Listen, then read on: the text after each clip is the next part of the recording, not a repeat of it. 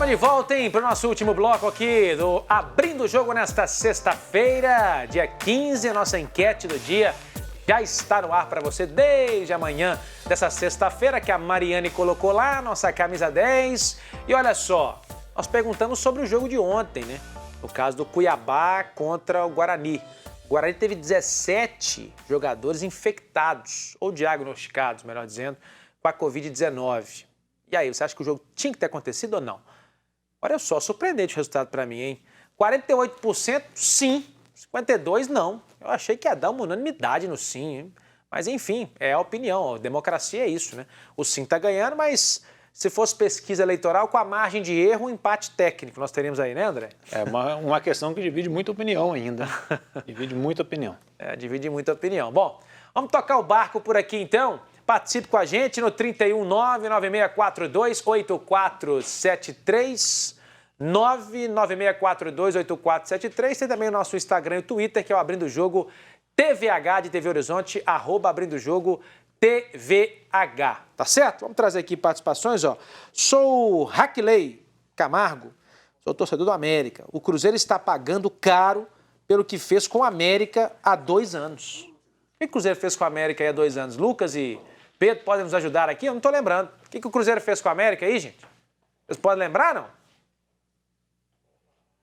A turma lá, o Lucas e o Pedro, acho que estão mudos lá, né? Mas eu não lembro, não. 2 anos? 2018, 2019? Deve ser 18, 19, né? Que está se referindo aí. 2018, 2019. Manda pra gente aqui, Raquelei. Explica aqui pra gente. Ele que é do Espírito Santo, tô vendo aqui pelo DDD. Manda pra gente aqui pra gente lembrar, porque sinceramente eu não me recordo, viu? O José Rodrigues, do Rio de Janeiro. Paulinho, sou cruzeirense. Eu vejo a imprensa culpar a antiga diretoria pelo rebaixamento do Cruzeiro. Tem sim, mas para mim o principal culpado foi o Mano Menezes, que no início, em 18 pontos disputados, ganhou só 6, colocando time misto. Não vou discordar do senhor que ele tem a parcela dele, porque não foi só isso, né? Ele também participou, né? Depois acabou sendo demitido e tal. Mas é que o buraco que o Cruzeiro tá, e aí, nesse áudio aí que tá rolando nos bastidores aí do Itaí, um ponto eu concordo com ele. Ele fala que o clima de vestiário, né, André, faz diferença, e faz mesmo. Isso aí faz mesmo. Agora, depende de como que isso é feito, né? Da forma que, pelo que a gente viu, que as coisas aconteceram, que ele, Itaí e o Wagner fizeram, não é o mais correto. Não é fazendo aquelas renovações. Meu Deus, tinha renovação de contrato ali que você olhava e você falava assim, tem condição não, eu queria que o Itaí fosse meu patrão a vida inteira, né, André? Mas aí você tinha que ser amigo dele também, porque não adianta ser patrão, porque os funcionários da base, assim, da base que eu digo, são os faxineiros, os porteiros, não tinham os mesmos contratos, os mesmos benefícios, né? Esses aumentos automáticos. Você tinha que ser amigo do Itaí. E o Lucas e Pedro também pode participar da conversa.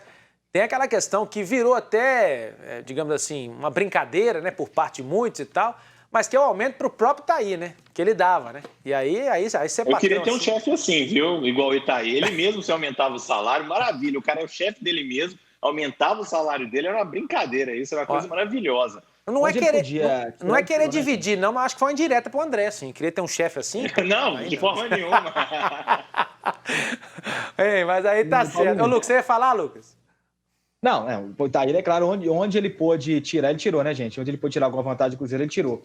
E só para concluir o assunto do último bloco, a gente poder passar para o Atlético também, só deixando claro, essa questão que eu citei do alto salário do Filipão, do Potker, eles não têm culpa nenhuma disso, é uma coisa pré-acordada, são profissionais valorizados no mercado, né?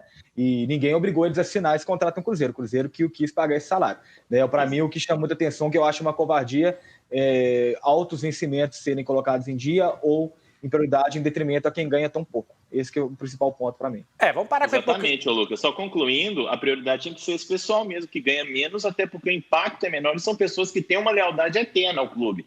Esses profissionais merecem o salário, eles têm um valor justo de salário, porque é o preço da mão de obra deles, mas querendo ou não, o profissional tem uma lealdade. E não tem voz, tem história ao Cruzeiro. E não tem voz. Eles são invisíveis, até mesmo, infelizmente, é uma culpa que nós da imprensa temos que fazer. Nós mesmos não ouvimos essas pessoas, nós tratamos com destaque somente os jogadores, os artistas, digamos assim, do dia a dia, né, que estão em campo, mas por trás tem uma galera enorme e que está aí sofrendo muito mais com essa situação do Cruzeiro do que com os jogadores. Claro, os jogadores também sofrem, também tem contas para pagar, são trabalhadores, mereciam receber em dia, mas esses profissionais mereciam mais carinho, esses profissionais da parte mais de baixo lá no Cruzeiro. Com sinceridade, assim, dentro disso que o Pedro está falando, Tudo bem, os jogadores merecem, claro, o André até falou isso aqui, são trabalhadores, mas não tem comparação. Assim, o jogador que seja o pior salário do elenco, não tem comparação com um camarada que trabalha lá na portaria, que ganha R$1.200 e tal, não tem comparação. Isso aí... Você pegar um menino da base hoje, que sobe é coisa de, pelo menos uns 30 mil no mínimo ele deve tirar. Vamos botar aí. Ganha, o Jadson é R$25 mil. Pois é, se você pegar o salário do porteiro, se bobear, o ano todo não dá isso. Não dá, não. Um mês do jogador que ganha menos não dá o ano do profissional. Não estamos falando que tá certo o negócio. Não é isso. Mas não assim, é essa questão. Não tem comparação. Não tem comparação. Vamos trazer os jogos, então, da Série A. Põe na tela aqui pra gente. Jogos da Série A. Valeu aqui hoje. 9h30 da noite tem Palmeiras e Grêmio. Sábado, Fluminense Sport, às 7 da noite. Às 9 da noite tem Curitiba e Vasco lá no Rio. Domingo, 4 da tarde, o atleticano é Atlético Paranaense desde pequenininho. Contra o São Paulo, lá na Arena Baixada. O Santos, finalista da Libertadores, pega o Botafogo. Coitado do Botafogo.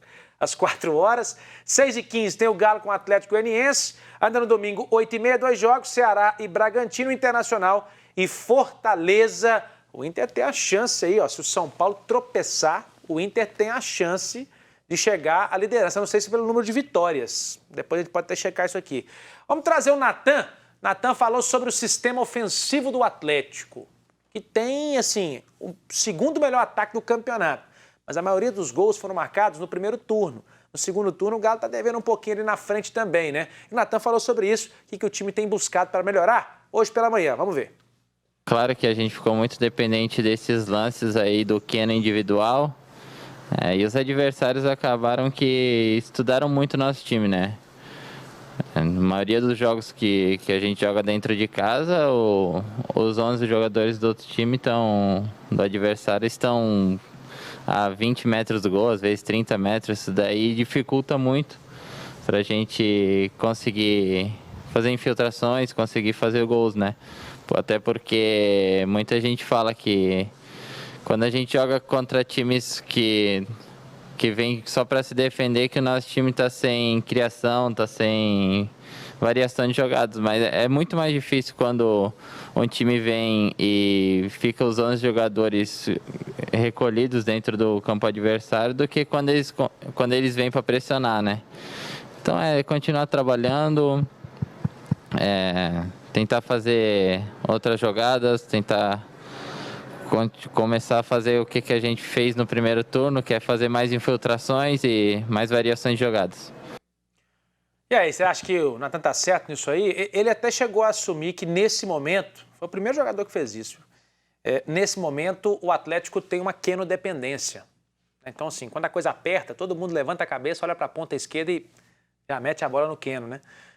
Mas ele falou que é devido à dificuldade, mas assim, daqui para frente a tendência é que os times todos se fechem, o Atlético vai ter que se virar, né, André? Eu não concordo muito com essa visão do Natan, não, porque é óbvio que jogar contra uma equipe mais fechada é mais complicado. Mas se você consegue... não é um fato novo isso. Durante todo o campeonato, enfrentar equipes fechadas fez parte da campanha do Atlético. E se você consegue identificar que tem essa dificuldade e trabalha alternativas para superá-la, você cria jogadas diferentes, um fator novo, você consegue sim criar oportunidades de gol, mesmo contra equipes muito fechadas. Porque é fácil, quando o outro time vem para cima, o Atlético vai apostar no contra-ataque, vai botar na corrida o Keno, o Savarino, vai soltar o time para correr, num contra-ataque é o que todo time tem feito. Eu acho que o time hoje no futebol brasileiro, para se destacar, tem que conseguir quebrar essa marcação pesada que tomou conta do futebol, do nosso futebol. E isso com jogadas ensaiadas, com uma visão diferente, que o Sampaoli, na minha visão, ainda não conseguiu implantar no Atlético. Ô Lucas, aliás, Pedro, perdão agora, começar com o Pedro. Essa questão aí do Atlético, a parte ofensiva, a queda de rendimento, porque há quem diga que o Atlético ainda é o time que mais cria no campeonato, e é mesmo, tá? Não é há quem diga porque diz, porque quer falar, não. Estatisticamente é. Só que é o segundo que mais perde chances. Isso foi perguntado hoje também. Nosso querido Nicolete, lá da Fox Sports, quem trouxe as estatísticas lá na coletiva do Natan. A que se deve isso, na sua opinião? O Atlético cria, mas perde demais. Erra muito gol. E isso já era, Pedro, um problema no primeiro turno, né? Exatamente, Paulo. E também o time do Atlético precisa colocar o pé na forma, porque o índice de aproveitamento de finalizações, como você bem colocou, é muito baixo. E o Atlético toca muito a bola, às vezes também poderia criar mais chances, poderia infiltrar mais. Às vezes a gente vê um pouco de preciosismo, até um excesso de preciosismo em alguns jogadores do Atlético. Eu acho que tem que fazer o gol de qualquer jeito, o gol pode ser feio, tudo. E o André colocou um ponto muito interessante da questão dos times virem fechados, quando pega times mais fechados assim. Todo mundo já sabe como todo mundo joga aqui no Brasil, todo mundo já sabe que o adversário vai vir aqui jogar mais defensivo, vai vir se trancar aqui no Mineirão.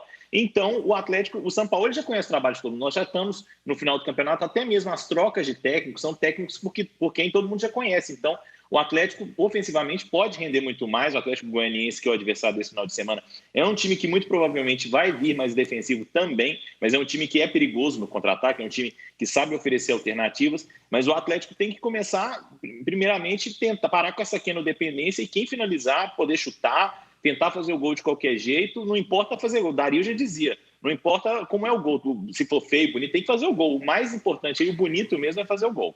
Ô, Lucas, você tem 20 segundos para responder. Você espera um Atlético diferente no domingo?